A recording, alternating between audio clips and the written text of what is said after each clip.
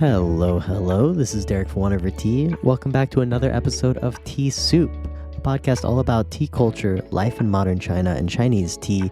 I'm your host, Derek Poskin. I've been living in China since 2016, and I've been drinking, buying, and selling Chinese tea for the past decade. So, pop on that kettle, heat up your teaware, and let's get this session started.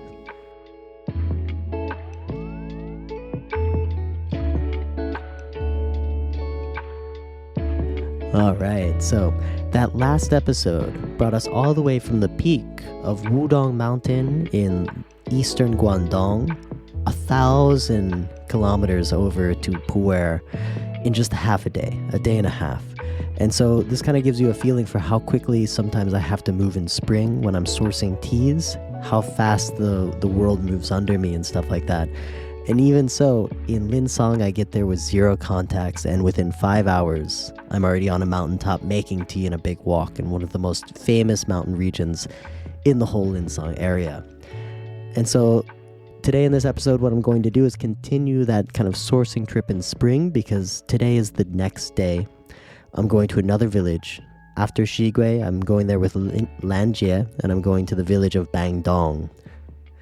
Now, before you ask, Bangdong is the name of the village, and it just means, like Ibang, something like that. Like Bang is a region, and then Dong is east. And if you're looking at it on a map, it's just across the mountain valley from Shigui, where Shigui, the Manlushan, is right on the banks of the Linsong River, and then there's a highway that goes to it.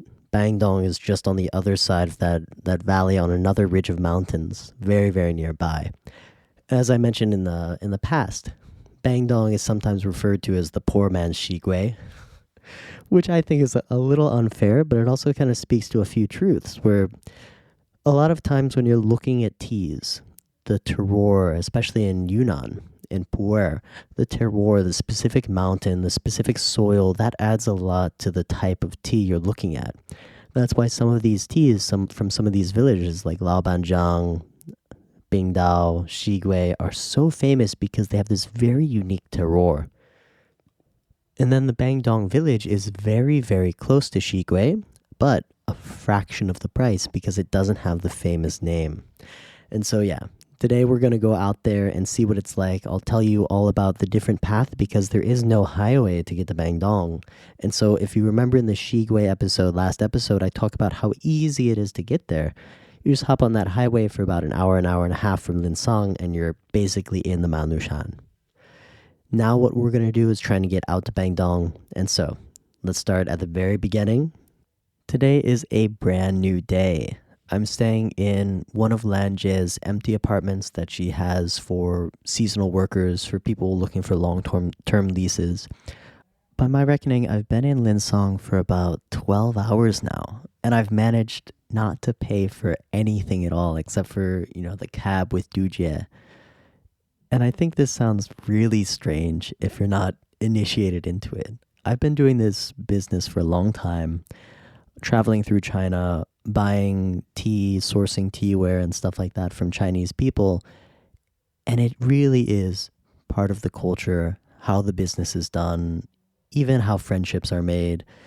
I remember when I first got to China 6-7 years ago, my landlord took me out to dinner, and he, had this like full course meal. We drank some wine, and I'm like, okay, like how much is it? He's like, oh, of course not. It's almost insulting that I would try and pay him for it. And he's like, no, you're coming here to China. I'm treating you to dinner. And at the very beginning, I was made very uncomfortable by this thing where it's like, as an American, I want it to be fair.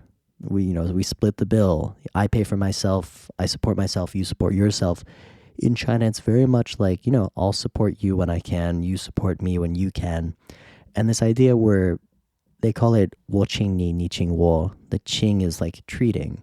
And so I treat you, and then the next time you treat me. And this creates this social construct, this contract where we're getting closer together the more I treat you and you treat me.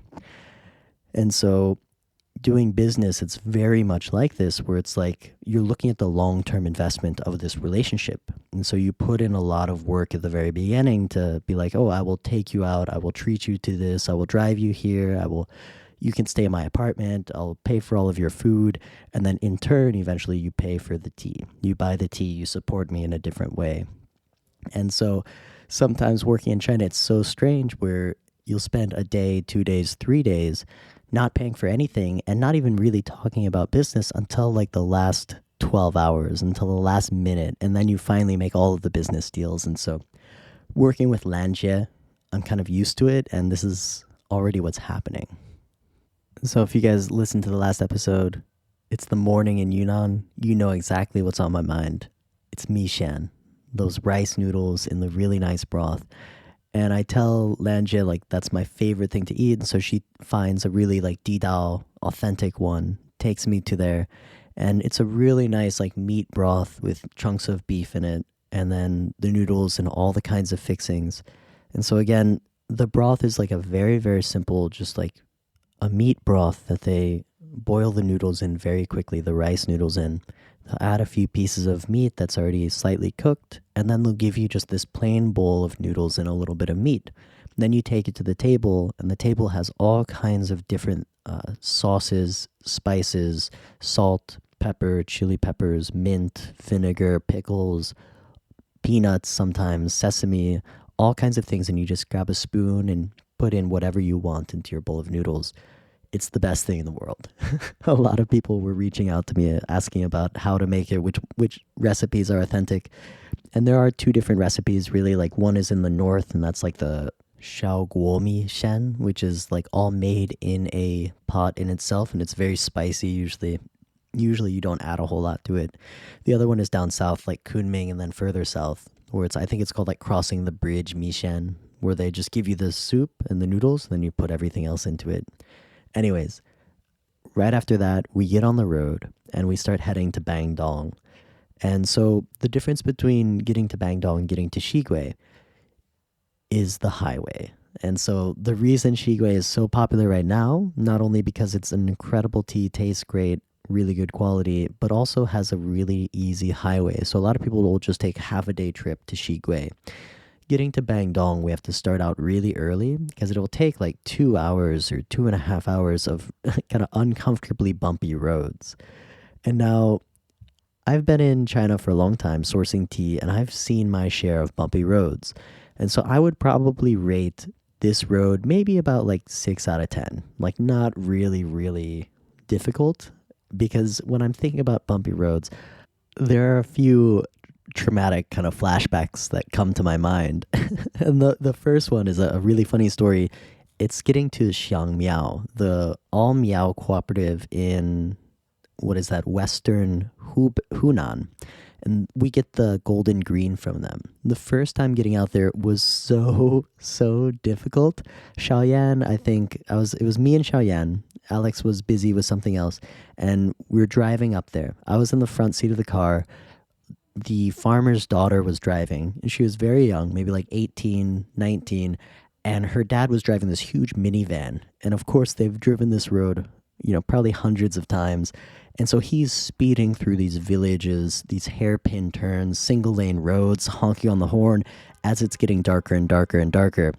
And then his daughter, we're in the car, me and Xiaoyan and the farmer's daughter, and she's trying to keep up with her dad, and she's just nailing it on these high-speed turns, like all through the mountains, and it's just hitchback, crossback, hairpin turn, and I'm just like, white knuckles on the seat, like this is one of the most terrifying rides ever. Xiaoyan is in the back getting rocked and rocked and rocked, and eventually she's like, can we stop? And I'm like, and the farmer's daughter isn't hearing because she's listening to music pretty loud, and I'm like, oh, I think we need to stop. And then all of a sudden Xiaoyan starts to puke, and the farmer's daughter turns to me, and her face is just this like incredible expression of like incredulous delight, humor, joy, delight, and then a little bit of like, oh no, she's puking in the car.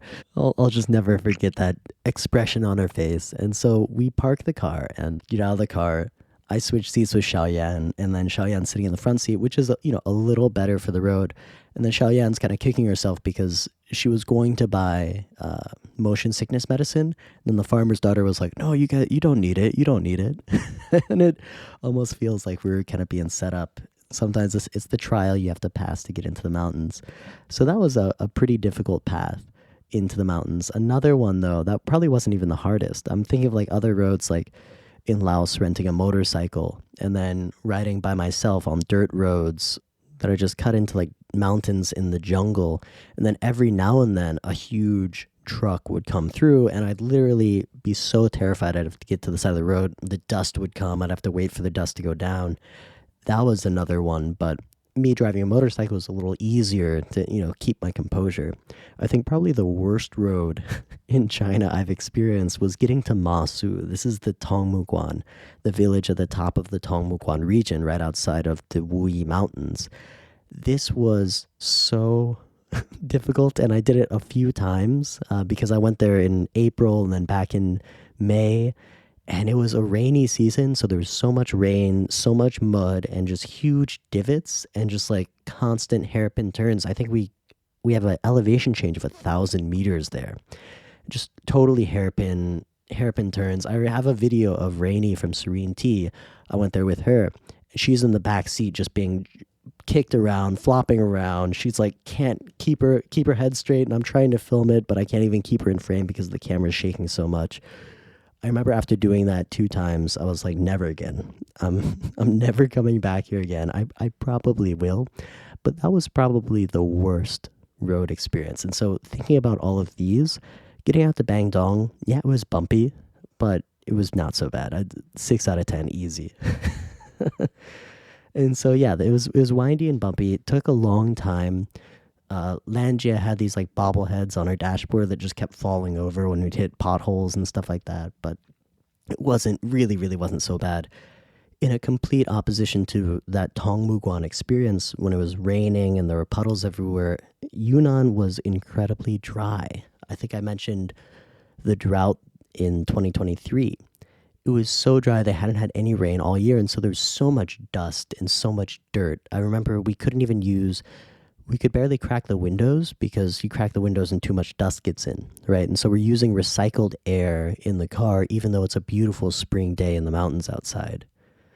And I had heard about the drought in Yunnan from, some of my other friends who are living in Yunnan making pu'er. It was really intense in 2023. And so I was asking Lanye, like, oh, does this affect the tea at all? Like, what do you think about, when was the last time you guys had rain? And she was like, well, some of the younger tea trees have kusula. Kusula is like dried to death. And I was like, what about the gushu? And she's like, oh, the gushu has deeper roots and has more access to groundwater that isn't so reliant on rain. And so she was like, it really doesn't affect like the death. The older trees won't quite die off when a drought comes. It's the younger bushes that will. And I thought that was very interesting. And then also from some of my other friends, they were saying that some of the gushu in 2023 didn't even germinate. They didn't sprout new buds, new leaves. And so there was actually a dearth of gushu pu'er tea on the market in 2023. And so a lot of my information comes from these primary sources. So I was asking Lanje, like, is it true that there's less gushu this year? Will it be more expensive? And she said, well, it depends on the region. Up in Linsong, most of the gushu is still germinating. It's just a little later in the season. And so I'm here in about April 14th, which is late in the season, but they're just now starting to get a whole lot of gushu in. And so that has the effect of the drought has that effect. Another effect is that she said in 2022, there was too much rain. And the year before we had too much rain and the tea wasn't as good. Usually you like a little bit of rain, but not so much rain to get like the best tasting tea. Right now in 2023, we had such little rain that the tea you'd have less tea, but it should be even stronger in its flavor and its potency. Hence the name for this Bangdong tea cake, which I'll get into later, is the magic drought. I bought a whole lot of tea that year because it was a drought year that doesn't come very often, right? And so the tea for this year should be a little more potent than other years. At least that was my mentality there. One really fascinating thing about this, and it's so bizarre because I can travel from one side of China to the other in the span of a day, in Wudong Mountain, in Chaozhou and Guangdong, in Zhejiang, in Hangzhou, in Jiangsu, in Suzhou, there was too much rain during the spring tea season. Everything was delayed because there was too much rain. They couldn't pick the tea because you don't want to pick tea when it's raining. And so in the east of China, you have way too much rain for the harvest season. In the west of China, you have a serious drought going on. And so seeing these two things where this one year has such polar opposites between like the green tea versus the pu'er tea, because one side it's just raining every single day for weeks at a time, the other side hasn't had rain in all year, in many months. And so that's what's really cool about being on the ground and traveling through China during these tea seasons. I remember really hounding my bilo chun maker to buy the tea that was picked on a sunny day. And so the days leading up to the Mingqian harvest, I was messaging her every day saying like, how's the weather? How's the weather in Suzhou? And I would look on the map and be like, okay, it's sunny. Can I buy the tea today? And so just being able to buy the exact lot that I wanted to. Again, it's very different in Yunnan with all of this this drought, this fewer gushu and stuff like that, but we'll get into that. So I'm traveling to the Bangdong village, and to get there, we're going through these mountain roads, and there are a lot of villages on the sides of the roads. It's kind of like a one-lane road at a lot of times. Sometimes it's dirt, sometimes it's paved, and I can see why Lanjie didn't want to go out here yesterday because it really is a trek. It takes a long time. It's a road that I would not want to take in the night or in the dark. So after a few hours of some really bumpy, dusty roads, we finally get to the farming household. This is the Meng Jia. Meng is the surname. It's the same Meng as is the Mengzi Mencius, which is a follower of Confucius. Anyways, so we meet Sister Meng and her husband Duan. Duan is his surname. I call him Lao Duan, and then I call Sister Meng Meng Jie. Jie means like older sister, and then Lao just means old. And this is kind of like just the familiar way to kind of address people, where it's like, okay, Lao Duan and Meng Jie. And they are the farmers. Meng Jie this is her ancestral home, and then this is her garden. This is where her family's been living for a long time. I'll talk about how she takes me up to her old ancestral home on the mountain slope. But it's really cool to see. This is exactly the small-scale production household I wanted to find. This is my dream household, and Lanjie is already working with them. Lanjie is just like, oh, let me show you the farms that I work with. And they're exactly the farms that I would like to work with as well. And so I'm just working with them through the conduit of Lanjie, who is kind of the sourcer of all of these disparate households in the region. And so she has a very similar sourcing mentality as I do, which is why I think I can work with Lanjie so well. And so we get to the Meng house, the production facility, very tiny little room to like sit and drink tea, where they have like some tea cakes behind it, but it's mostly just storage. It's boxes, it's huge bags of kilograms and kilograms of tea. And then behind this we have kind of a living space, kitchen, bathroom area. And then in another room we have where they start staging all of the tea. We have the withering troughs that allow for good air circulation. I'll talk about it in the production of Pu'er tea. We have a row of wood-fired walks. We have a huge new electric walk. And then above this space, you have the drying terrace. Upstairs, you go up the stairs, it gets hotter and hotter with every single step you take. And then you get into this like greenhouse type area. It's just a very flat piece of plain. And then above it, you have this like plexiglass clear kind of roof. And so it allows the sun in. It doesn't let the wind in, doesn't let any outside dust in, and then the leaves can dry up there. And so really nice little small production facility here. And it's just Lao Duan, Old Duan, and Sister Meng. And so we get there and we start drinking tea. One of my favorite things about drinking tea with the producers is the way they drink Mao Cha is they just open the bag and they just reach in, claw hand, and just pull out a huge handful of tea and then just put it into the gaiwan. Usually it's overflowing the gaiwan, and then they just kind of water it down with hot water until it all melts into the gaiwan. They're not weighing it, they're just throwing tea into it.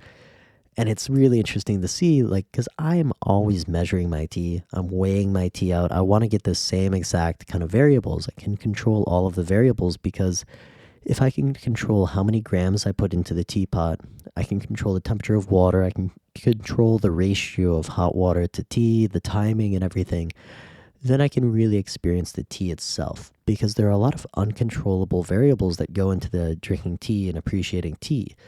I've noticed when the weather's different, the tea tastes different.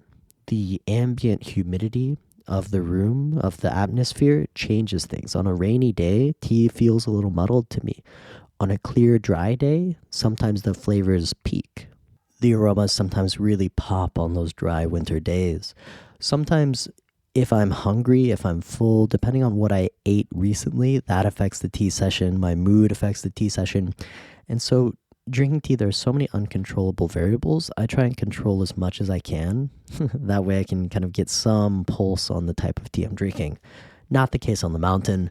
They're just throwing handfuls of tea in there. They're drinking it constantly. And then their method is kind of like receive all things and then judge, instead of like separating it out first. And so I think they're getting a different type of pulse on the Mao Cha, on the tea that's being produced. And so we get in there, we start drinking tea, and he immediately just grabs the gushu, and we're drinking the gushu, and it's just really, really pleasant in the back of the throat, and the way it makes your body feel. If you haven't had gushu pu'er tea, or you have, but you kind of are yet to figure out how to distinguish it, it's probably not what you think. Like, gushu tea is not stronger. It's not more powerful necessarily. I mean, of course, it affects everyone differently. But for me, the gushu is much more mellow, much more mature. It has this lasting body that continues on. It's very, very sweet. For me, it's like there's this thing I can taste in when I'm drinking the gushu. It tastes like sweet water. It's very, very thirst quenching, if that makes sense. I produce a lot of saliva when I'm drinking the gushu tea.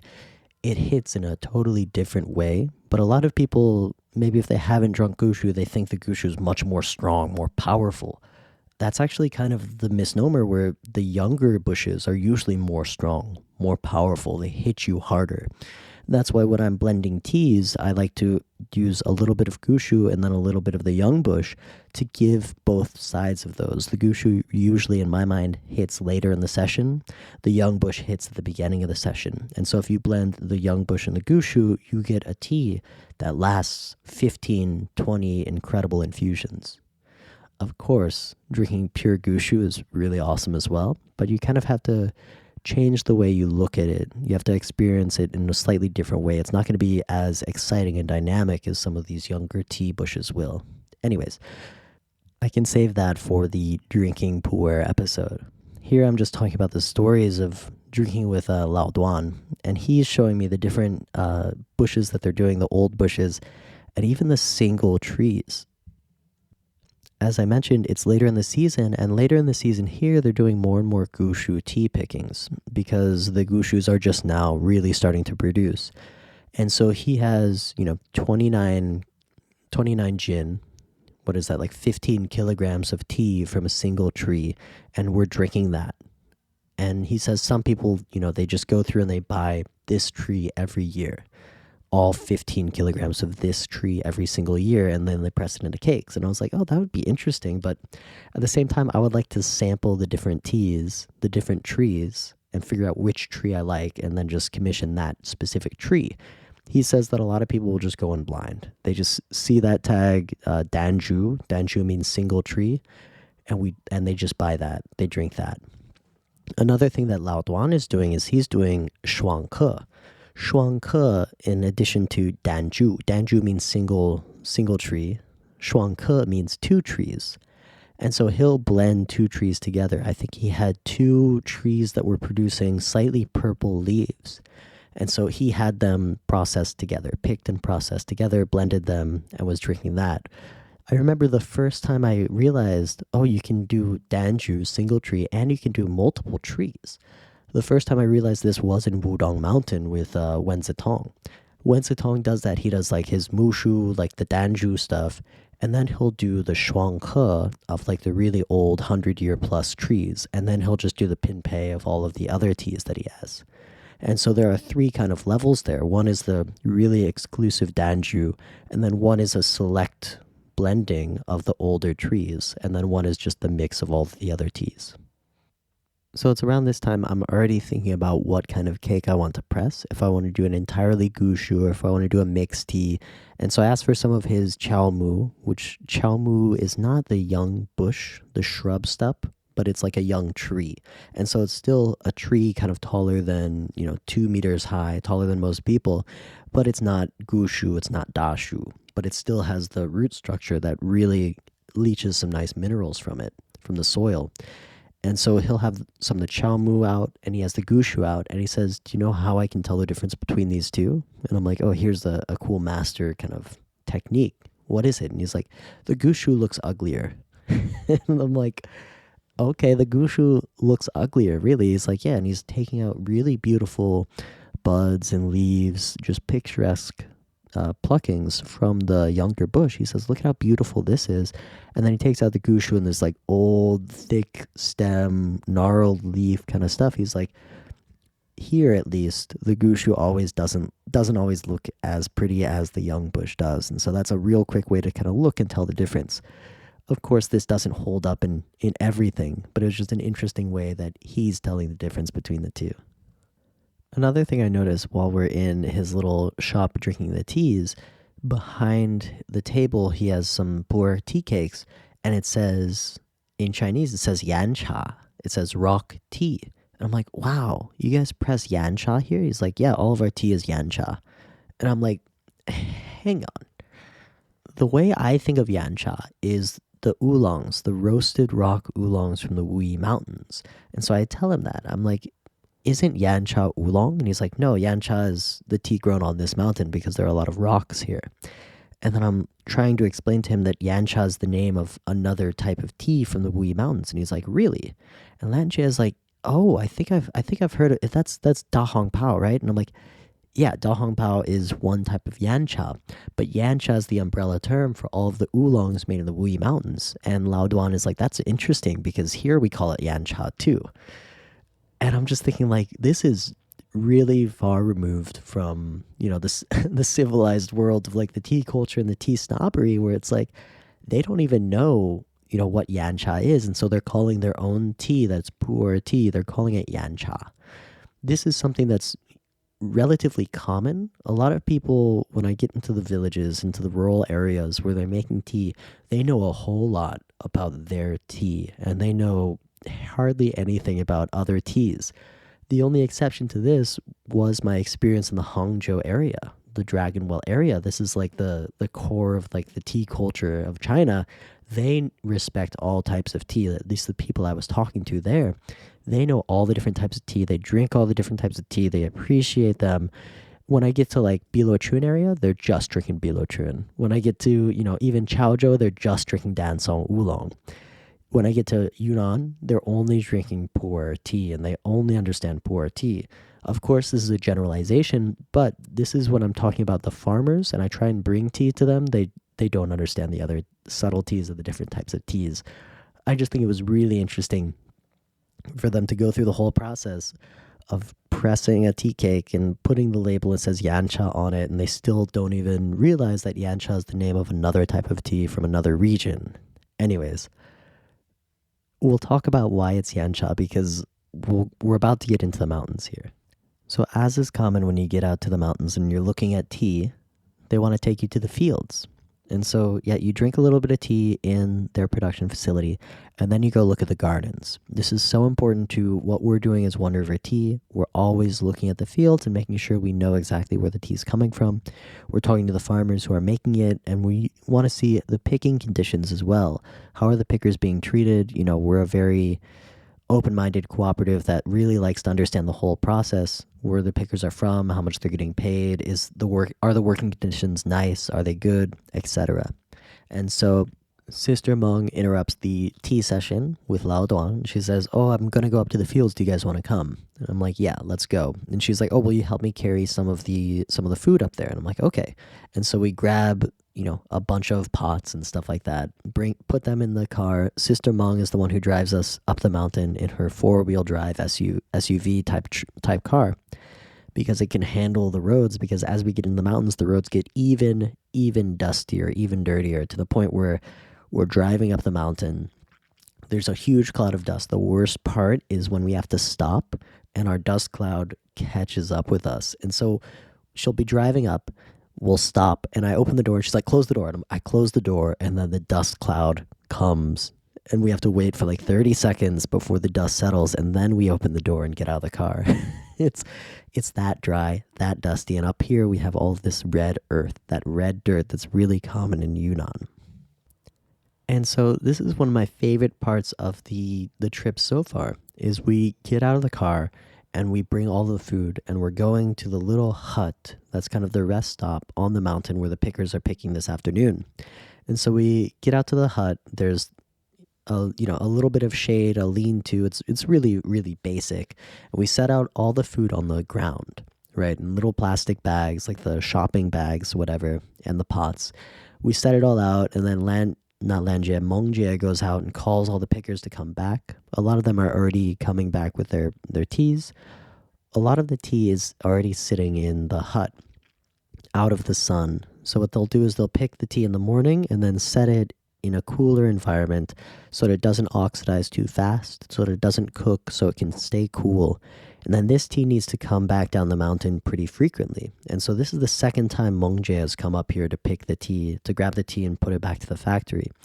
This time she's bringing food for all of the workers. And so Mongjie calls all the workers, they come back, we all sit together, and it's very, very casual, where there's rice. Everyone grabs a little bit of food. They keep encouraging me to eat more. It's a really fun thing with me there, because they all think it's hilarious, talking to me, trying to figure out what I'm doing here and stuff like that. Asking me all the typical questions. Oh, are you used to Chinese food? Can you use chopsticks? Stuff like that. There's a huge kettle, like an old black kettle over an actual like pile of wood that's on fire. It's like very campfire style, and it's really neat because it's kind of in the hut. So there's a lot of smoke every now and then, but this is where they're getting all of their water. They're drinking the water from this. And we all eat lunch. Everyone kind of takes a break, and they're sitting under the gushu trees for the shade. And yeah, it's just a really kind of pleasant thing. Eventually, they get back to work. The pickers get back to work, and we grab all of the tea and we bring it back down to the factory. Again, as I mentioned, what's really cool about this is everything kind of has its place in time, right? The pickers need to get up to the mountain. The tea needs to come back down from the mountain. The pickers need the food. The tea needs to come back down. Everything's on this type of cycle. I'm reminded of my time living and working on farms, where time is dictated by tasks, right? So you get this other kind of concept of time where it's not about the hour.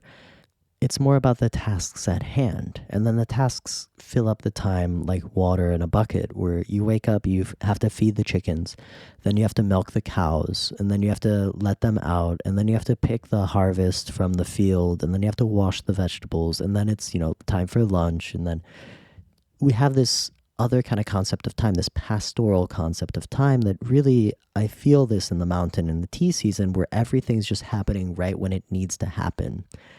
And this reminds me a little bit about the alienation of labor, where the further removed we get from this, now we have, office time.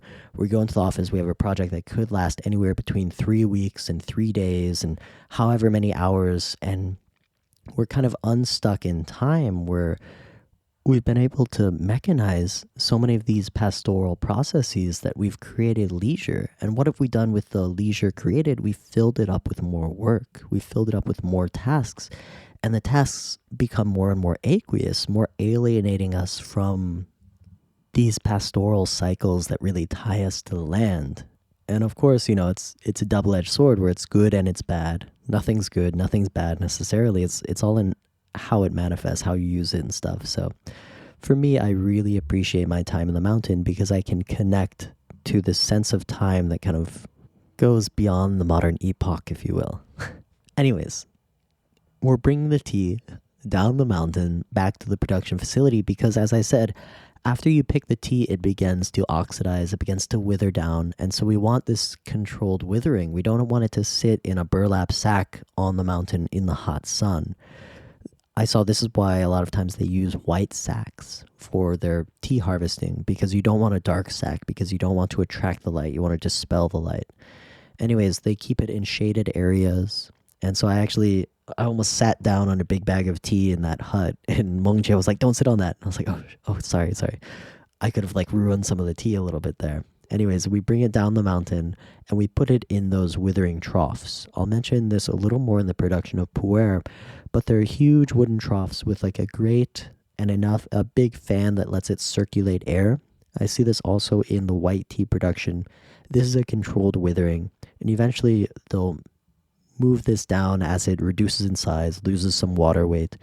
I forget the biological term. It's something like protein hydrolysis or something like that. The losing the water weight and then withering down, and then eventually you'll condense it. And then in the afternoon, in the evening, you'll start actually making the tea. And so I'm asking Lao Duan as he's cycling this tea. I'm like, "Oh, will I be able to see you make the tea?" He's like, "Yeah, I'll probably start making it after dinner around 6 o'clock if you're still here."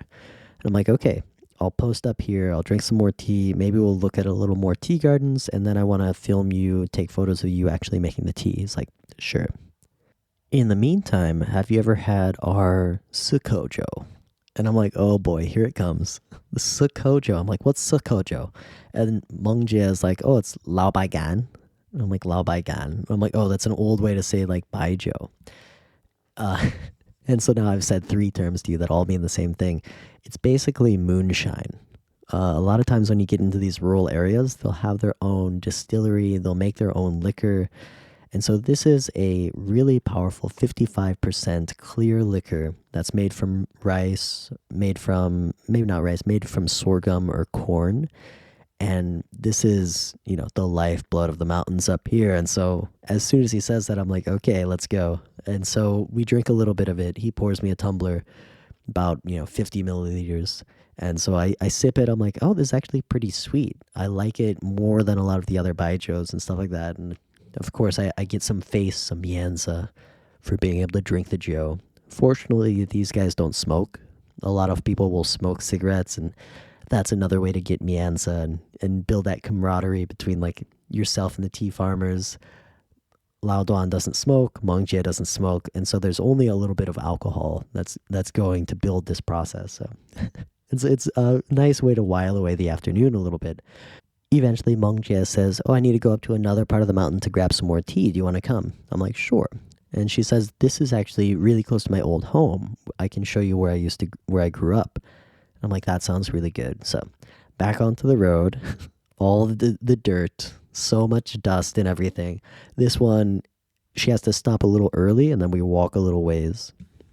And it's right here that I snapped the photo that I eventually put on the cover of the Magic Drought Bangdong tea cake, the Shangpura tea cake that I pressed in 2023, that I pressed during this trip.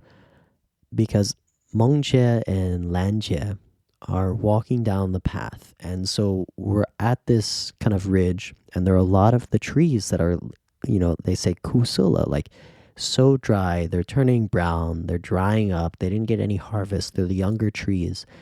And then they're right on the edge of like the Gushu area where the older trees are, and the older trees are all green. And then the path is all red and the trees are all brown. And so I take this photo of Mongjie and Lanjie right on that liminal space between the two realms of like the dried drought and then the still green Gushu. And, I call the tea the magic drought cake. Anyways, we spend some time walking around the Gushu garden. And I'm making air quotes here that you probably can't see when I say garden. Uh, it's not really like easy, clean rows. It's really just the side of the mountain, and there are trees kind of everywhere. It's more like a grove, but really, really not organized. And this is what you see in a lot of these really old gardens with a lot of the Gushu trees. Some of the older trees have survived, some of the younger trees have died, and so you're not seeing clear rows, you're just seeing a huge slope. And Mongjie knows all of the old trees here. And so she's walking around showing me the oldest trees. And we're walking past huge, thick trunk trees. And she's like, "Oh, wait until you see this other one." And we get to some, she takes my photo posing with them. I'll post them on Instagram. You'll see. They're really big trees. And I see some pickers climbing the trees and picking the leaves. In Yunnan, that's what you can do. You can actually climb these trees, stand on the branches, and pick the tea. You can't do this in Fuding. You can't do this in Chaozhou with the Dansong oolongs. You can really only do this with this different varietal, the big leaf varietal in Yunnan. These trees go thick and sturdy, and as we're walking through this area, they say, "Oh, now you got to be careful for snakes." And I'm like, "Oh, now you tell me about snakes." They're like, "Well, don't worry about it. It's too hot. The snakes probably won't come." But what I'm also seeing here is a huge proliferation of boulders, old stones, some type of granite. It's not really like sandstone, even though there's a lot of dirt, a lot of red earth around. These boulders are very, very strong, very sturdy, and the roots of the trees reach and bend around them. It was really cool. I have a lot of photos of just how many rocks there are here, and this is, why they call it Yancha. Because there are just so many rocks, so many boulders. This really, like the Bangdong region, is considered very, very saline, very mineral rich, similar to the Naka and the Huazhuliangzi region down in Sichuanbana. In Bangdong, the characteristic here is the minerality of it. And so they say it comes from all these rocks and all these soils. And indeed, I saw so many rocks, huge boulders. I even saw them in trees themselves. This was kind of weird where I see a trunk of a tree go up and then a huge boulder just right in the tree itself, like above my head. And then the branches kind of come out from it. I said, "Did this tree grow with a boulder in it?" And Mangja's like, "No, we put that boulder there so that the tree would spread out and not grow straight up, because it has space to kind of really spread out its limbs." And so I found that really interesting, this kind of way to curate how the tree grows by using rocks, by using boulders. Also in this area, I saw a whole lot of mountainside beehives. This is one thing I love about getting into these tea gardens. It always goes hand in hand. Anyone who's making like old wild tea, they're also have collected bees, have hives, and these are just like kind of like 2x4 boxes or log boxes with boulders nearby, and then the bees are just coming to and from. And so a lot of these regions have really, really incredible raw honey. I'll get into my favorite honey story maybe in the next episode when I talk about the Huazhuliangzi stuff. This is when I went down south in Menghai, in Mengsong and Sichuanbana. Farmer Tan, he makes some of the best, raw, thickest honey that I've ever had. Anyways, I see evidence of that here, and so I'm thinking in the back of my mind, I'm like, that would be pretty fun to get as well. Eventually, I follow Sister Mong as she hops from boulder to boulder, jumps over ravines. It's really fun watching people who have grown up in the mountains walk around their own gardens, because there's such a sense of familiarity. It reminds me of like being a kid and wandering around the creeks behind my house. You kind of know every stone, you know every tree, and she eventually takes us over a ridge and shows us her old ancestral home, which is pretty large, but kind of now in ruins mostly. I see somebody like keeping chickens there, but it's really like you see like the roof is collapsed in certain places. But behind her home, she has some of her king trees, like the mother bush trees of the region. Some huge, massive trees, and we go there, we climb them, we sit underneath them for about 15-20 minutes, just marveling in their sheer immensity. It's really, really wonderful. She says she moved out of this house after she got married, and now it's like she only comes here for the tea, really. So after some time in the Gushu shade, eventually we pick up some more tea, bring it back to Lao Duan down in the shop where he's making the tea. So he's continuing to rotate the withering tea. I'll get into the whole processing later, but I managed to eat a really quick dinner in their shop, and then I get to watch Lao Duan fry the tea from this morning in the wood-fired wok. And so this is my first time, even though I've just been in Yunnan for a little while. This is my first time this trip seeing them make the tea in the wood-fired wok. And so I'm getting some nice videos, nice photos of that. Really being grateful for arriving so late in the season with so little tea going on to still be able to see the processing of it. And I'll talk about the whole processing in another episode, so don't worry about that. After seeing Lao Duan make some tea, I decide on what I'm going to buy. I'm going to buy a little bit, or about 50% of gushu, 50% of the chow mu, and I'm going to mix them together because I did some blending, experimenting on the mountain, and I was like, this has the nice punch and has the nice like mouthfeel towards the end of the sessions. This is what I want to do.